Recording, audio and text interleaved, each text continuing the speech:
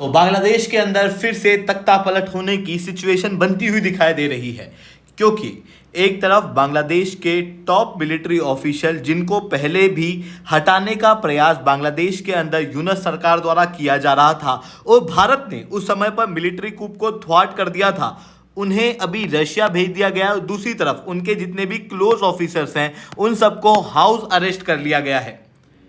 दोस्तों, अपने आप में ये एक बहुत बड़ा कंसर्न का इशू है, क्योंकि इस तरीके की घटनाएं कोई पहली बार नहीं हो रही। 1975 के अंदर भी जब मिलिट्री कू बांग्लादेश के अंदर हुआ था, उस समय पर भी सिमिलर सिचुएशन बनती हुई दिखाई दे रही थी। एग्जैक्टली उस समय पे क्या हुआ था और अभी क्या हो रहा है, इसे मैं शुभनील चौहान डिटेल में आप लोगों के साथ में चर्चा करूंगा। बट उसके पहले आप लोग मेरे साथ में SRC10 टेलीग्राम ग्रुप के ऊपर जुड़ सकते हो। मेरे क्लास के अपडेट PDF सब कुछ आपको मिल जाएगी। UPSC CSE की तैयारी करना, इंडिया के टॉप एजुकेटर से अगर आप लोग को ऑफलाइन क्लास के अंदर पढ़ना है तो आप लोग इस नंबर पर डायरेक्ट कांटेक्ट कर सकते हो। हमारी टीम आपको कंप्लीट गाइडेंस देगी। इसके अलावा मंथली करंट अफेयर्स की मैगजीन, प्रीवियस ईयर के क्वेश्चन, प्रीलिम्स के मॉक टेस्ट, NCERT के नोट्स की समरी और इंडिया ईयर बुक की summary free of cost download करना नीचे डिस्क्रिप्शन के अंदर मैंने लिंक दी है, वहां से आप डाउनलोड कर सकते हो। चलिए दोस्तों, आप समझने का प्रयास करते हैं यहाँ पे क्या हुआ है। देखो, बांग्लादेश के टॉप मिलिट्री ऑफिशियल हैं वकार-उज़-ज़मान। ये काफ़ी समय से बांग्लादेश के अंदर ऑफिस में होल्ड किए हुए हैं पावर। इवन 5 अगस्त 2024 के समय पर भी यही chief of army staff Bangladesh के अंदर थे और इनके काफ़ी क्लोज रिलेशन थे बांग्लादेश के अंदर शेख हसीना के साथ में, क्योंकि बांग्लादेश की जो प्रधानमंत्री थी वो इन्हें चाचा जान कह के बुलाती थी।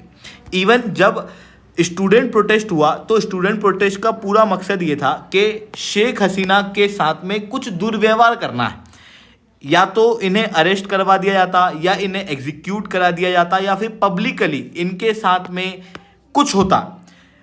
कई सारे न्यूज़पेपर अलग अलग बातें क्लेम कर रहे हैं, पर किसी ने शेख हसीना को वहाँ से भगाकर भारत पहुँचा दिया। माना जाता है कि यहाँ पर आर्मी का बहुत इंपॉर्टेंट रोल था। इवन आर्मी के अंदर भी वकार-उज़-ज़मान का बहुत इंपॉर्टेंट रोल था। इवन शेख हसीना की सरकार जब गई और मोहम्मद यूनस सरकार जब आई, इस बीच में भी वकार-उज़-ज़मान एक बहुत इंपॉर्टेंट रोल प्ले कर रहे हैं मोहम्मद यूनस की सरकार को कंट्रोल में रखने का। इवन जो इस्लामिस्ट लोग बांग्लादेश के अंदर उभर के आ रहे हैं उनको भी ये कंट्रोल में रखे हुए हैं, और मोहम्मद यूनस, इस्लामिस्ट लोग और जितने भी स्टूडेंट हैं जिन्होंने उस समय प्रोटेस्ट किया था वो सब खार खाए बैठे हुए हैं यहाँ पर वकार-उज़-ज़मान को लेके, क्योंकि वकार-उज़-ज़मान ही वही व्यक्ति हैं जिन्होंने शेख हसीना को बांग्लादेश से भगाया था। और आज भी शेख हसीना जो है बांग्लादेश के अंदर वापस नहीं आ पाई है। बार बार एक्स्ट्राडिशन के लिए अप्लाई कर रहे हैं बांग्लादेश की सरकार, बट हो कुछ भी नहीं रहा है।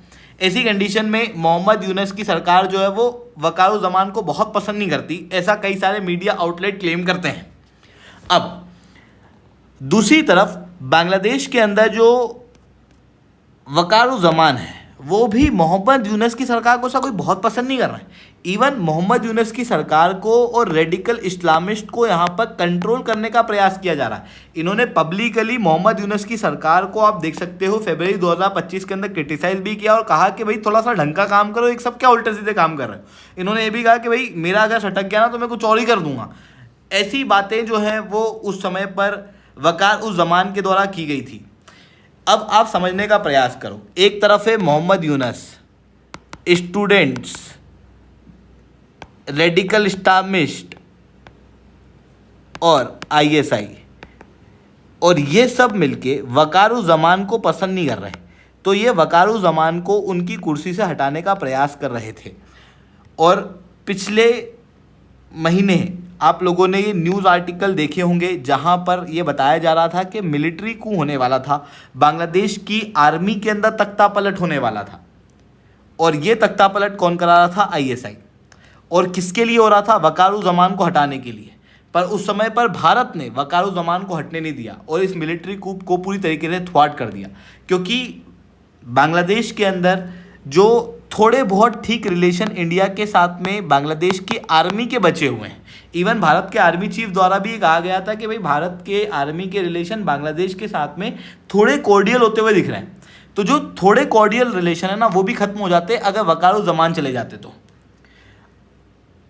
अब उस समय तो हम लोगों ने थ्वाट कर दिया, यहाँ पर फिर धीरे धीरे करके इन्होंने कुछ और प्लानिंग करना शुरू की और अभी कुछ नई गतिविधियां होती हुई दिखाई दे रही हैं। एक तरफ वकार-उज़-ज़मान को रशिया भेज दिया जाता है एक रेयर विजिट पे लगभग 4 दिन के लिए, और जब ये रशिया जाते हैं ठीक उसी समय पे 5 बांग्लादेशी ऑफिसर्स को अरेस्ट कर लिया जाता है।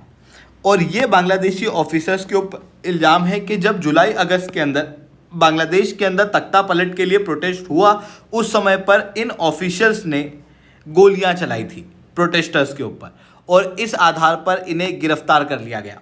बेसिकली जो 5 ऑफिसर यहाँ पर गिरफ्तार हुए हैं वो पांचों के पांचों ऑफिसर शेख हसीना के क्लोज वंस थे। इन सबको यहाँ पर अरेस्ट कर लिया गया, जबकि इनको अरेस्ट करने की बात काफ़ी समय से चल रही थी और वकार उस जमान इनका अरेस्ट नहीं चाहते थे। और वकार उस जमान यही कह रहे थे कि भाई एक्शन लेने के लिए हमारे पास में कोई कॉन्क्रीट एविडेंस नहीं है। तो इस कारण से वकार उस जमान ने उस समय पर इनके अरेस्ट के लिए कुछ भी साइन वगैरह नहीं किया था। अभी रिसेंटली यहाँ पर इन 5 ऑफिसर्स को एक तरफ अरेस्ट कर लिया गया है, दूसरी तरफ वकार उस जमान को यहाँ से बाहर भेज दिया गया है, रशिया भेज दिया गया है। इस बीच में कुछ बड़ा होता हुआ बांग्लादेश के अंदर दिखाई दे सकता है, क्योंकि 1975 के अंदर भी इसी तरह की घटना हुई थी। 1975 के अंदर जब शेख मुजफ्फर रहमान बांग्लादेश के लीडर हुआ करते थे, उस समय पर मिलिट्री कू हुआ था और शेख मुजफ्फर रहमान को मार दिया गया था। शेख मुजफ्फर रहमान को मारने के बाद में उनके क्लोज फैमिली मेम्बर्स को भी मारा गया था, और जो मिलिट्री के अंदर शेख मुजफ्फर रहमान के क्लोज वन थे उन सबको हाउस अरेस्ट के अंदर भेज दिया गया था या फिर न्यूट्रलाइज करके देश के बाहर ही कर दिया गया था।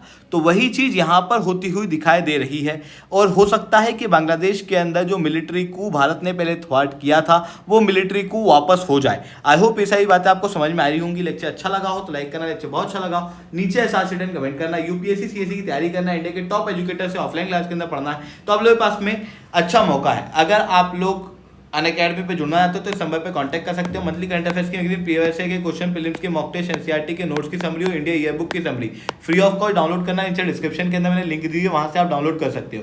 ठीक है दोस्तों, आज के इतना ही।